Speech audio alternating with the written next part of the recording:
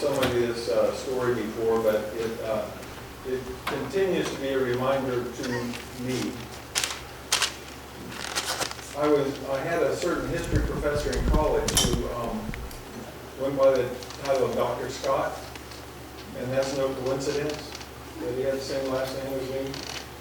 One time I was taking a test, and my pen ran out of ink. And I didn't know what to do. How am I going to finish the test? Well, what would I have done if it had been anybody besides my father? I would have walked up and said, may I borrow a pen? So I pretended he was not my father. And I walked up and I said, may I borrow a pen? He said, sure. And I expected him to open a desk drawer, but he took one out of his own pocket and handed it to me. So about halfway back to my desk, I got to thinking about that, and I turned around and said, does that pen have all the right answers in it? And he said, yes. I turned around and walked back to my seat, and he said, but you have to figure out how to get them out. Ever since then, I thought, that's kind of the way it is with the Bible. I think the right answers are in there, but sometimes I have to figure out how to get them out. And that's what I do in my Bible study, and that's what I hope to help others with in Bible studies, get the right answers out. Sometimes the answers take a lot of getting. We had a question earlier from somebody in our family who is young enough to not be listening, but I think she is. She said, this was at lunch, what happens if Papa Russ gets sick? What do we do at church? And I think I got the answer as we were sitting here. As she one time said, singing and praying and reading scripture. I think I could sit here for an hour or so just singing these songs and reading these scriptures. And I'm not sure there's a whole lot I can say that's that much more helpful than what we're already getting. But I'm going to do my best to share some thoughts that I've had as I've looked at this Koine Greek, this New Testament Greek word koinonia, and the various facets of it. And tonight's theme, tonight's facet, I'm calling sacrifice. Now, probably not anybody in this room, but there are people, if you just said in connection with the Bible, the word sacrifice, they'd think Old Testament. They would think Law of Moses, right? Isn't that a big part of sacrifice? I mean, of the Old Testament is sacrifice. But what about the New Testament? Well, if we draw these folks along just a little bit, they'll admit, well, yeah, there's New Testament sacrifice also. Jesus, right? Jesus, he's our sacrifice. He did what he needed to do, so now that's done. Well, as I read the various instances of the Greek word koinonia in the New Testament, I see that sacrifice is there for you and for me. Now keep that in mind. Keep in mind the words of the last song was saying, there's somebody needing you. Recently in our country, and just this day, I wanted to get the most up-to-date figures I could. And I bring up the idea of the scriptures having all the answers because Wikipedia only has some of the answers. It's very useful, but it doesn't necessarily have all the answers. However, today I tried to get the most up-to-date information I could about 3 recent incidents that affected our country. One was named Harvey, one was named Irma, and one was named Maria. And I want to give you some figures as best we can know them, at least the best I can know them. Harvey is a hurricane that hit Texas and Louisiana. It was a Category 4 storm when it hit land. It was the first Category 4 hurricane in the United States in 13 years to make landfall in the U.S. in 13 years, and gave us the most rainfall that we've had ever from a hurricane. Irma hit the Virgin Islands and Florida, a lot of other places too. I'm only mentioning the U.S. territories and states affected. Virgin Islands and Florida, it was Category 5 when it hit landfall. And Category 4 when it hit Florida, but Category 5 when it first hit the U.S. Virgin Islands.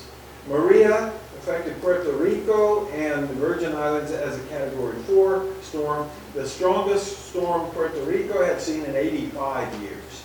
That's more than the years I've been alive. These were the numbers I was really interested in was this. Harvey, $75 billion damage. 75 or so lives lost. Irma, $63 billion damage, approximately 130 dead. Maria, $50 billion and approximately 70 dead. Now, why am I bringing up such a sad, ugly topic? Well, this is really what I want to find out. I want to find out how big was the damage in human terms. But I'm looking for the response to that, because the response to that has been very amazing to me. Listen to this. This is some figures, at least, according to the authorities out there. By the time Harvey, the first of those, hit Louisiana, it hit Texas twice first and then Louisiana. By the time it hit Louisiana, the following people and businesses had donated $1 million each. Amazon, Bank of America, Sandra Bullock, Coca-Cola, Dow Chemical, Facebook, HCA, Home Depot, Microsoft, PepsiCo, and UPS. $1 million each. $2 million each by Apple and Google. $10 million by Verizon. $20 million by Walmart. My personal favorite. That sounds like what I would call generosity. I don't always find generosity in those companies and people. But they were giving, they are giving. That's just the first hurricane in the first 3 days. I don't know that anybody's been able to count the outpouring of help and support because somebody said, well, there's a guy in the valley and he needs this more than I do. Now that's our society. And I think that that's very encouraging to me as part of our society. Because so much of what we see, so much of what we hear is the negative things, right? That's the nature of news. It's the negative things that make the news. And I even saw a bumper sticker somewhere, something like, well, I won't give you the details, but something about the people who don't stir up trouble aren't the ones that make history. That's not exactly the way it was. It was a little more specific than that, but that's kind of the idea. That's what gets our attention. I'm just so grateful that I've heard news of people all over this country helping other people in specific areas of this country because right now we have it and they don't. And where we are members back in Texas, it wasn't just money because the people we were talking to on the coast had said, you can send us money if you want to, but we can't spend it because the stores don't have what we need. So we sent personal hygiene products and clothing and all sorts of things that could be immediately used by the people there. And once again, the wallets open, the pockets open, the purses open, and people meet because they're looking for helping a specific need in people. What we really want to talk about, the idea of sacrifice tonight, and the kind of sharing that I want to talk about tonight, is even more specific than that. It is specific need driven. And by the way, when we have our regular contributions, we live in we're in a part of a congregation that I think by and large is pretty well off. And when we say we need a new floor in one wing of the church building, you know, money comes. But when something like this comes, the money just piles higher and deeper. It's an amazing thing to me. But the specific needs that are talked about in the verses we're going to look at are the needs of our brothers and sisters in Christ. And you may remember Paul saying, let's do good to all men, especially those in the household of faith. So, we want to start in 2 Corinthians. Here's your passage, 2 Corinthians 8, 3 through 5. And once again, I want to actually read these verses. And if you get nothing else out of any of this, I'm going to read the verses, and you'll at least hear some more of God's Word straight from God's word and not from my interpretation. 2 Corinthians 8, verses 3 through 5, read as follows. For I testify that according to their ability, and beyond their ability, they gave of their own accord, begging us with much entreaty for the favor of participation in the support of the saints. And this not as we had expected, but they first gave themselves to the Lord and to us by the will of God. The Greek word koinonia appears in that verse 4 when he says they were begging us for favor of participation in the support of the saints. All right. So what is he talking about here? He's talking about the support of the saints. We have the big context of these verses is chapters 8 and 9. We recently on Sunday mornings went through 2 Corinthians, verse by verse, paragraph by paragraph. And unlike in 1 Corinthians, he doesn't seem to spend as big an area in a lot of things as in 1 Corinthians. He does that a lot. He has a lot of context in one particular topic, subject. He does that less in 2 Corinthians, at least the way it looked to me as we went through. But chapters 8 and 9 are definitely a body of topic that he deals with. The situation was there were some poor people elsewhere. My best guess is they were in Judea, in Jerusalem, in the area around Judea. And I get the context from what I read in Acts and what I read in Romans, and something we'll look at in a few minutes. But it doesn't really matter whether it's Jerusalem or not. Jerusalem comes to mind partly because of what was prophesied by a guy named Agabus in the book of Acts. He says there's going to be a famine there, and people start preparing for that already. But there are principles in these two verses, in these two chapters, that apply no matter what the giving situation is, whether it's specific need or a general need, as what we're usually putting into play on Sundays, right? We say, well, they're general things like the lights being on. I have to hesitate a little bit when I say that, because when I was in Kansas, something was said during the sermon, I don't remember what it was, but the lights went off. And it kind of scared everybody. No electricity, all of a sudden, what was it that preacher said? I wish I could remember. What I do remember is that when we took up the collection, the lights came back on. So we give for general needs like that, but there are specific needs that really cause us to open up our hearts and therefore our wallets to that need. And that sounds like what's going on here. But the principles are there all along.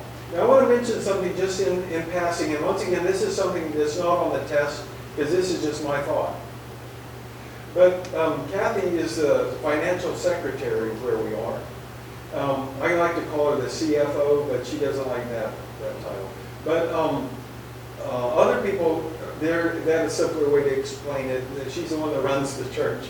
But I don't think she likes that title either. But because of her position there, people will come to her and some of the other staff and say, can we set it up where that our contribution is just taken out of our bank account, rather than having to come here week after week and write a check and put it in. Now, I'm going to say it's right or wrong.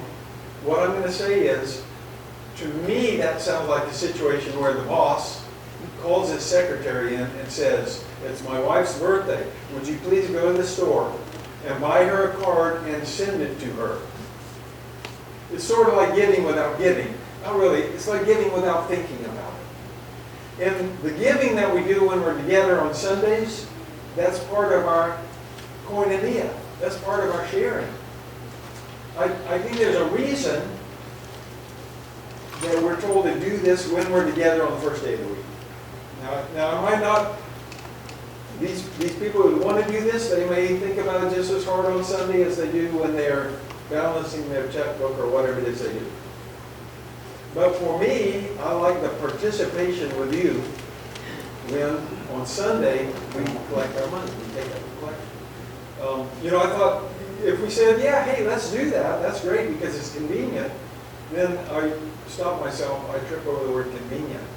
Are we supposed to be doing what we're doing because it's convenient? In fact, I remember Paul telling Timothy, preach the word when it's convenient, when it's not convenient.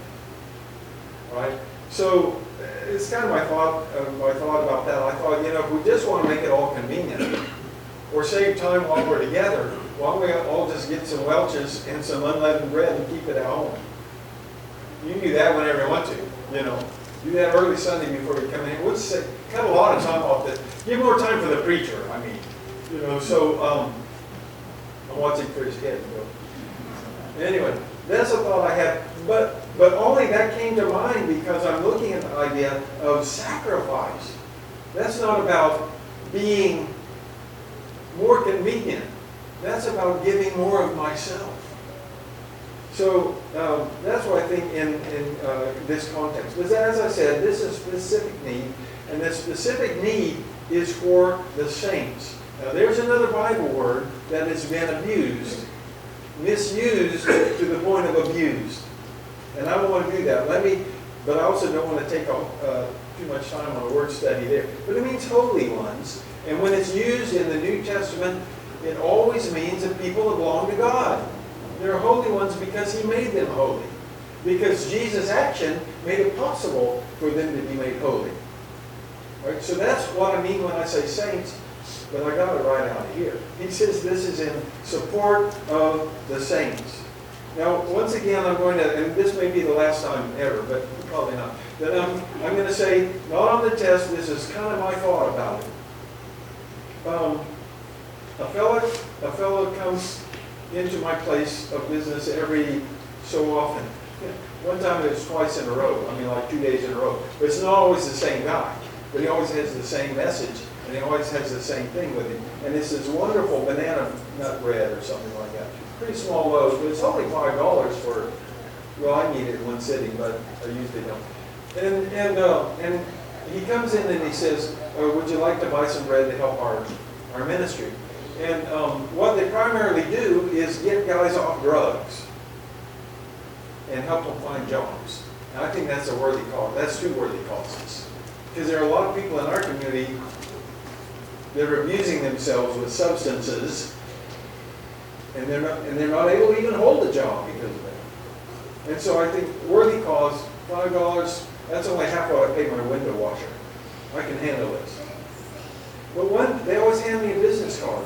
And every time and it's not always the same card, but finally I said, I need to check these people out. And I found out this is a religion doing this. This isn't just some drug counselors and some job counselors. This is a religion. And I can find out, because of that wonderful internet, what they believe, what they teach, what they practice. And it doesn't line up with what I read in the Scriptures. So I don't buy bread from them anymore. Even if I'm hungry when they walk in, I don't buy bread from them anymore. I walk across the street to Walmart. I told you that was my favorite thing. I walk across and give me some lunch. But here's why. The idea of supporting the saints. Now, there are a lot of good causes out there that are asking for my money. But I have a standard answer now for some things. All my charitable donations are already spoken for. All my charitable funds are already spoken for. You know where they go? They go directly to the Lord. They go directly to people, and I know how they're spending that money. So I think about the support of the saints when I read these verses. Now, taxes, our federal government, our state government, our local governments, we pay taxes. And sometimes we think of that as sort of a burden, or a duty at least. Because if I don't do it, I've been told, I've tried this, if I don't do it, I could end up in jail. I could end up owing more money than I would if I just pay it. You just accept it and pay it. But what about support of the saints? Is that a burden? Is that a duty? Or is it a privilege? Well, in this passage, it was a privilege. At least to the people in Macedonia.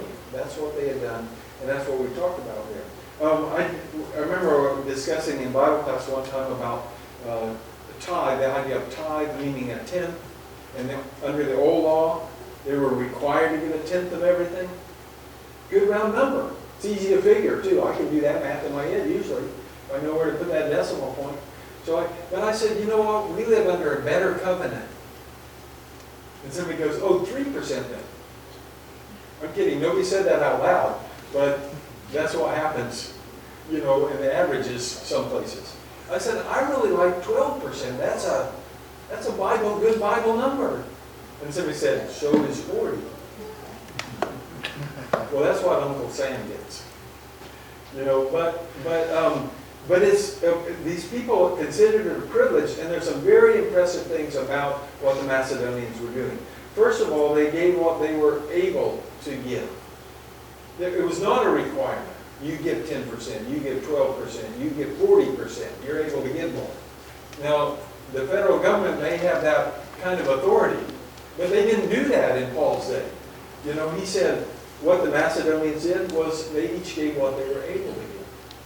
But that's not impressive. Here's what's impressive. They gave more than they were able to give.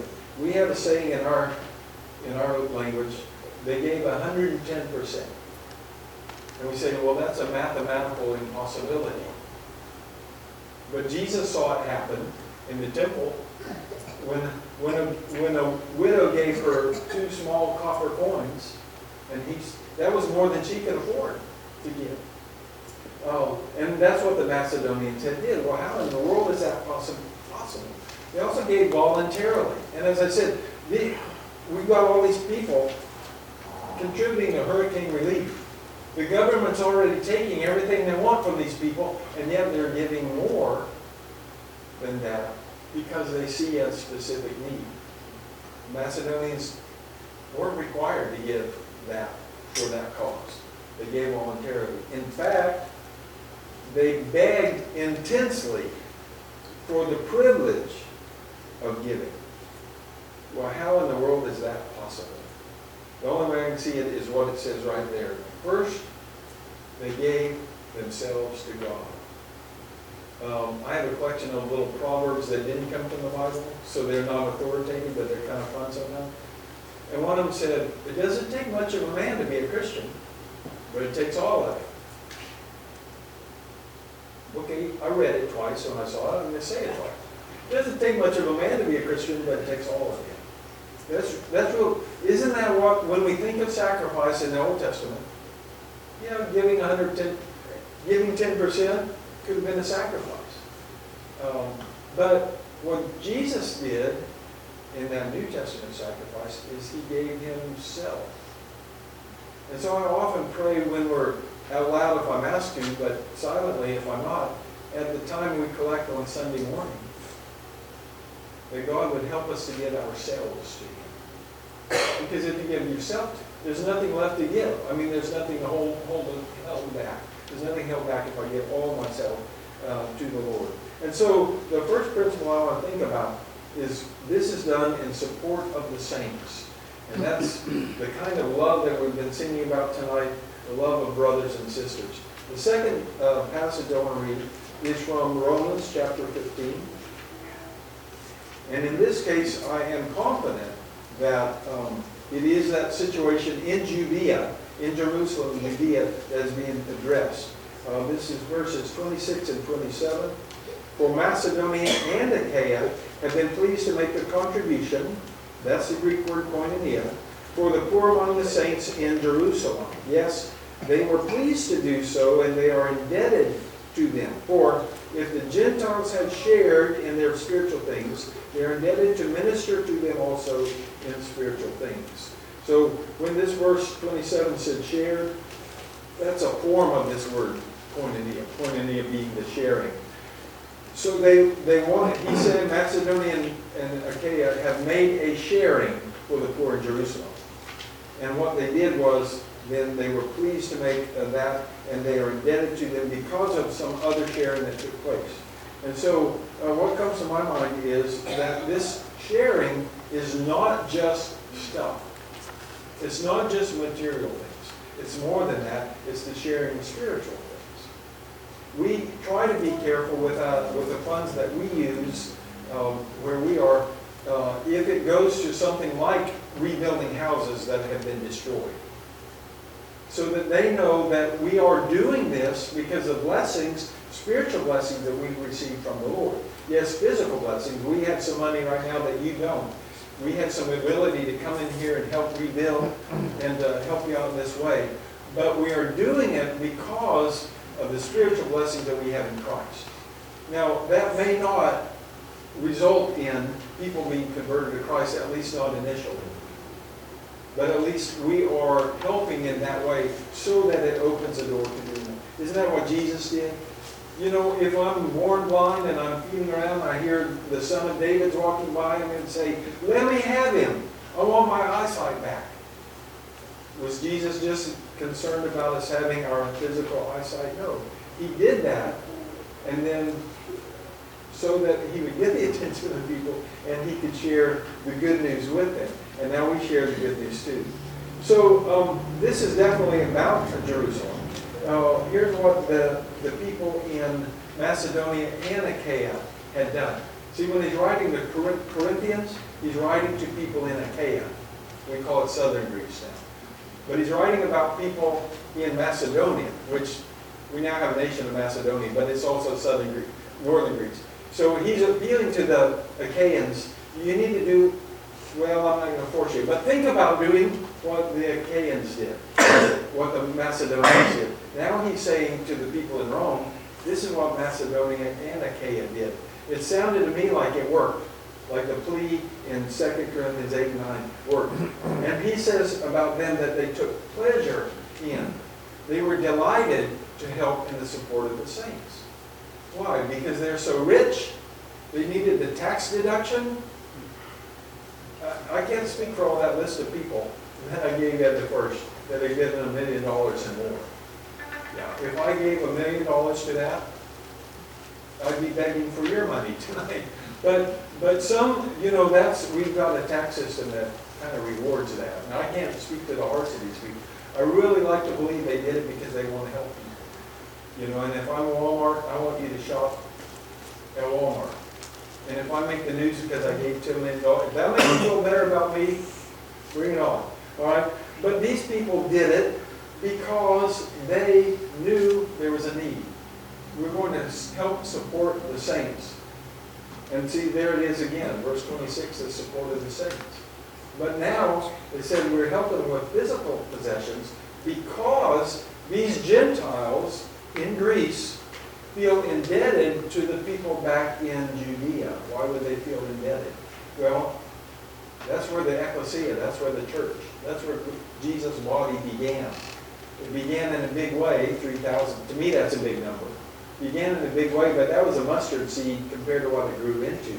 The only way it could continue to grow, the only way that people could do what Jesus commanded them to do was for some of them to leave home. We'll talk about that some more as we go through the week also. But for them to go out. The Gentiles in Greece are saying, what we have spiritually, we owe to the people back in Judea who are willing to come and share it with us. So it's not just the sharing of physical blessings, that's great. But the purpose for it was to share spiritual things. And the recognition on the part of the Greeks was they shared with us spiritual things. It's the least we can do to send some money back and help them. The next passage I want to read, back to our context in 2 Corinthians chapters 8 and 9. Right now we'll read verses 12 through 15 of chapter 9. For the ministry of this service is not only fully supplying the needs of the saints, but is also overflowing through many thanksgivings to God. Because of the proof given by this ministry, they will glorify God for your obedience to your confession of the gospel of Christ, for the liberality of your contribution to them and to all, while they also, by prayer on your behalf, yearn for you because of the surpassing grace of God in you. Thanks be to God for His indescribable gift. Now, here's what strikes me about that. The whole purpose of this is that God will get the glory. See, the Macedonians and Achaeans didn't say, we hope to get that certificate. We hope to get that plaque on the wall. You know, our name on that saying they donated $1,000 toward our cause. That's not what they were after at all. It was so that God would get the glory. This is a tough one sometimes. I have to admit, probably gets easier as they get older. But I have to be careful of saying things like that, because Satan knows where I'm weak. And if I say this gets easier, he's going to try and make it harder. But to say, I want to do good things for other people, but I want God to get the glory. Because there's something about the human nature that says, well, I really like it when people say nice things to me. And when I do nice things for other people, they say nice things about me. And I really like that. It makes me feel good. But Jesus himself said, be careful about that. What you need to do is do your righteous acts in order to be seen, but so that God gets the glory. Don't be doing it because the goal is to be seen, but do it so that God will get the glory. And that's really what's happening here. The people back in Jerusalem are praising God on their behalf because of what the Macedonians and the Achaeans had done. So there is thanks to God that results from the charity. They got these gifts in, and I hope that's what happens to these people who have any thought of God at all. When they get some relief from us in the hurricane, is that they thank God. Because God is the one powerful enough to control the weather and to control our lives. And that's the kind of result I like to see. But glory to God also results from the sharing. He talks about the glorifying God that they would be doing. And the grace of God. He mentions also the grace of God. What is that? Well, that means I don't deserve this, and I got it anyway. It's a free gift of God. And that's the way he's worded also. It's the gift of God. This is God that gave us this. And he did it by the agency of people. I want to thank the people that did this for me. But even more so, I want to thank the God that made the people that did this. Amen. So, next passage, Hebrews 13.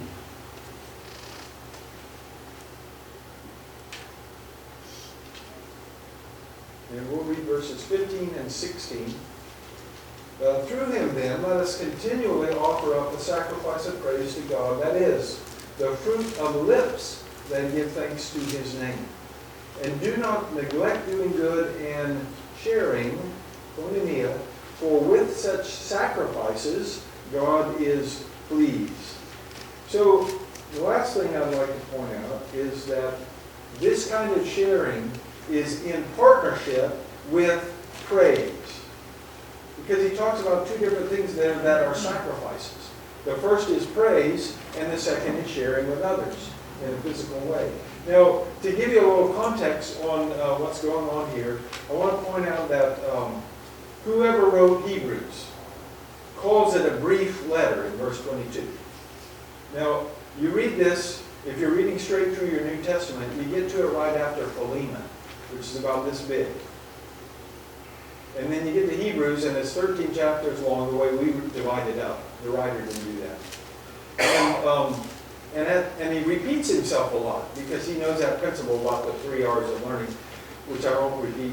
But you get to the end of all this, and he says, I hope you can put up with this, because I wrote to you briefly. Now, I'm looking forward to being in eternity for a number of reasons, an infinite number of reasons. But when I'm in eternity, I'm going to find out who wrote Hebrews. And I'm going to go say, I really like that thing you wrote, and I'm going to get a real long answer back.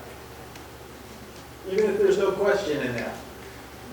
But that's okay, because I can stand in line forever. And there's no passage of time. So I can get all my questions answered, all my heroes visited with. I kind of hope it's either Barnabas or Priscilla. I won't go into why, but it doesn't matter. What I'm saying is, when he's finished, or she's finished explaining about the writing of Hebrews, now, I hope you can put up with that because it was brief. And in eternity, it'll be brief. But what happens sometimes when we get going on something, and then we think, oh, there are a bunch of other things I need to say, I need to wrap this up. That's kind of what happens in Hebrews 13, it seems to me. Suddenly, Paul does this in 1 Thessalonians, it's pretty good too. But at the end there, oh, and this and this and this and this. Okay? So you can make a whole lesson out of any of these short ones. But because of that, the nature of the way I read this, I have to ask myself, are these two verses, 15 and 16, is that two of the quick topics, or is this tied together? I always just heard them as two quick topics before I prepared for this lesson. But he says, let's offer this, the fruit of our lips, right? The result of our lips. And we've been doing that tonight, and last night, the night before. And we're going to do it for a couple more nights. We're going to come together, and Brother Barber is going to give us some songs I don't know, and I'm going to learn some of them as we go. And I'm going to try to think about what we're saying and remember some of that and take those things to heart. The fruit of, and if I'm doing that correctly, and I don't mean if I hit all the right notes, because I don't always, but if I'm doing it correctly, if I'm singing and playing my heart, if I'm doing that right, that's sacrifice. That's New Testament sacrifice. I know all about Old Testament sacrifice. I read Leviticus. I can't remember it, but I read it. But this is New Testament sacrifice, offering up the fruit of my lips. But so is what happens in the next. So offering praise to God is sacrifice under the new covenant. But so is, well, we have an expression, put your money where your mouth is. I'm saying the right things on Sunday when we sing. If the songwriter got it right, if the lyricist had biblical concepts in there, I'm saying the right things. But he says offering belongings to others, sharing with others, physical possessions. That's sacrifice also. And that's sacrifice under God's law in our day. So as we wrap up tonight, I want us to keep in mind this idea of the Macedonians giving themselves to God first. If I do that, I have other things to give. Now, that doesn't mean being irresponsible with it. For example, giving it to an organization who's teaching error. I'm not going to do that. Giving it to some... I remember we had a policy, one place I lived, where people would come in all the time. We were close to the bus station, and they'd come in, can you help me out? I'm trying to get such and such a place. I'd have very little money. And I could take them to the grocery store. I could take them to the gas station, get them some food, some money, and say, I want you to remember that what we're all about is sharing the good news about Jesus Christ. And I'd get a few minutes with them. I remember one fella, as we went through the grocery store, he would look at something, he'd say, I'm not sure which brand I should buy. Which one would you recommend? You know, I like the pork and beans, but I'm not sure which one I should buy. He was being very careful to make me think I was not wasting my money. Because, like I said, a lot of things call for my money. I could waste my money. I could give it to some causes opposing Christ. I could give it to somebody who's going to smoke it. Smoke that money. Right? And that's not what I care to do. However, by the Macedonians giving themselves first to God, they were able to give what was needed in every case, and specifically in this case. So tonight as we wrap up, I want us to think about this question, have I given myself to God? I think in most cases we would answer yes. If there's some case where you haven't yet given yourself to God, when we sing this song of invitation, that's an opportunity to do that. But for those of us who have, there was something that Steve said earlier about continually doing that. Every day I have to give myself to God. Sometimes more than once a day. But it's a good way to start the day to say, I give myself to you. And so, whatever remains of us giving ourselves to God, fully to God, let's think about that as we stand and sing this song.